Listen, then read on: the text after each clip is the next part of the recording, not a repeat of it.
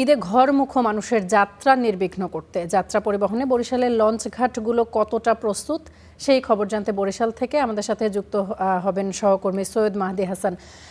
মেহেদি, আপনাকে শুভ সকাল।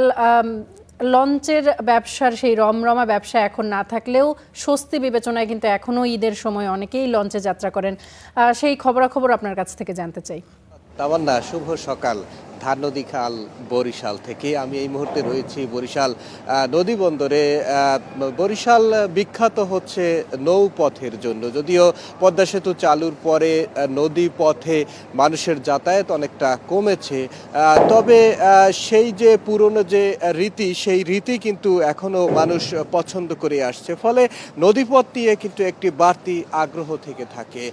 যদিও আমরা দেখেছি যে সাধারণত দুটি লঞ্চ চলাচল করে প্রত্যেক দিন, তবে নদীবন্দর কর্মকর্তা আসাদুজ্জামান তিনি আমাকে যেমনটি জানিয়েছেন যে এই রুটের 16টি বিলাসবহুল লঞ্চ ইতিমধ্যে প্রস্তুত করা হয়েছে এবং এগুলোকে পুনরায় পর্যবেক্ষণ করে এটির ফিটনেস এবং সার্বিক বিষয়গুলো তারা দেখেছেন এবং ঈদের যে ঘরমুখো মানুষের ঢল সেটি সামাল দেওয়ার জন্য তারা কিন্তু ইতিমধ্যে প্রস্তুতি নিয়েছে। এছাড়া পন্টুন প্রস্তুত করা হয়েছে, আইন শৃঙ্খলা রক্ষাকারী বাহিনীর সাথে বৈঠক করা হয়েছে এবং সবথেকে যে ঝুঁকির কথাটি বলছে লঞ্চ চালকরা, তারা যেটি বলছেন যে বরিশাল ঢাকা রুটে প্রায় 10 স্থানে ডুবোচর রয়েছে এবং এখন যে সময়টি রয়েছে এখন মূলত ভাটির সময়, অর্থাৎ এই সময়টায় নদীতে পানি কম থাকে, ফলে এই সময়টায় লঞ্চগুলোর আসা যাওয়ার একটি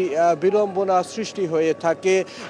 ফলে এই যে বিড়ম্বনার তৈরি হয় সেই স্থান থেকেও কিন্তু বিআইডব্লিউটিএ যেমনটি জানিয়েছেন যে তারা এই রেজিং করছেন এবং ঈদকে নির্বিঘ্ন করতে তারা সার্বিকভাবে ইতিমধ্যে প্রস্তুতি নিয়েছে। তবে সাধারণ মানুষের যেমনটি চাইছেন যে আগের সেই যে রূপ, সেই রূপে নির্বিঘ্নভাবে লঞ্চে যাতায়াত করতে পারবে, এমনটাই প্রত্যাশা কিন্তু সাধারণ মানুষের মাঝে।